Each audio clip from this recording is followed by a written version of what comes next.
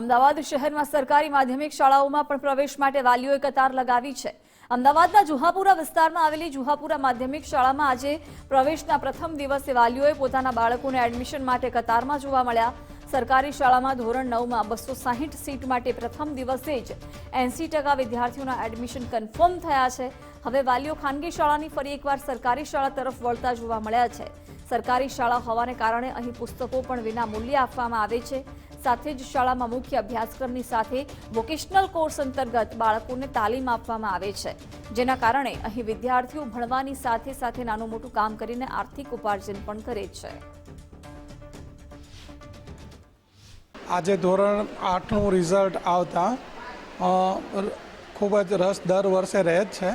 આ વર્ષે પણ 7 વાગ્યાથી એડમિશનની પ્રક્રિયા શરૂ કરી છે। 10 વાગ્યા સુધીમાં 125 એડમિશન થઈ ગયા છે અને બહારની જે ખાનગી સ્કૂલો છે કે જે કોર્પોરેશન સિવાયની સ્કૂલો છે એમાંથી અત્યારે 28 એડમિશન અમને મળી રહ્યા છે અને લગભગ 2 દિવસમાં તો અમારા 265ની સ્ટ્રેન્થ ભરાઈ જાય છે અને દર વર્ષે 50થી 100 જેટલું વેઇટિંગ લિસ્ટ હોય છે, જેને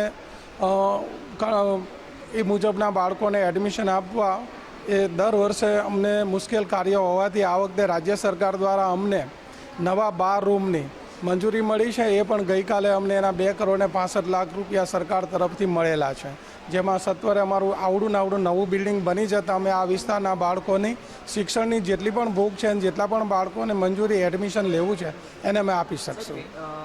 પહેલાં મારો બાળક જુહાપુરા ખાનગી સ્કૂલ મોડલ સ્કૂલમાં ભણતો હતો। એના પછી મેં આગળ ભણવા માટે સરકારી સ્કૂલમાં સુવિધાઓ ફેસિલિટી બહુ છે, એના લીધે મેં કીધું આપણે ગવર્મેન્ટની સ્કૂલમાં ભણાવવા સારું રહેશે। તે માટે આપણી સ્કૂલની વ્યવસ્થા ફેસિલિટી બરાબર છે। હા, એટલે અહીંયા એડમિશન કરવામાં આવ્યો છું। સ્કૂલમાં નામ લખાવવા માટે સ્કૂલ સારી છે, એના માટે એડમિશન અહીંયા કરાવવાનું છોકરાનું, એના માટે બાળકને અહીંયા 9મીમાં ભણે છે, તેને ભણતર માટે આવ્યા છે। અહીંયાનો માહોલ બહુ સરસ છે, અહીંયાના શિક્ષકો પણ સરસ છે ને દર મોંઘવારી બળે છે ને અહીંયાનું માહોલ પણ સરસ છે ને ભણતર માટે ફીઓમાં પણ સુવિધા છે, નોટબુકમાં પણ સારી છે મળે છે અહીંયા સરકાર તરફથી।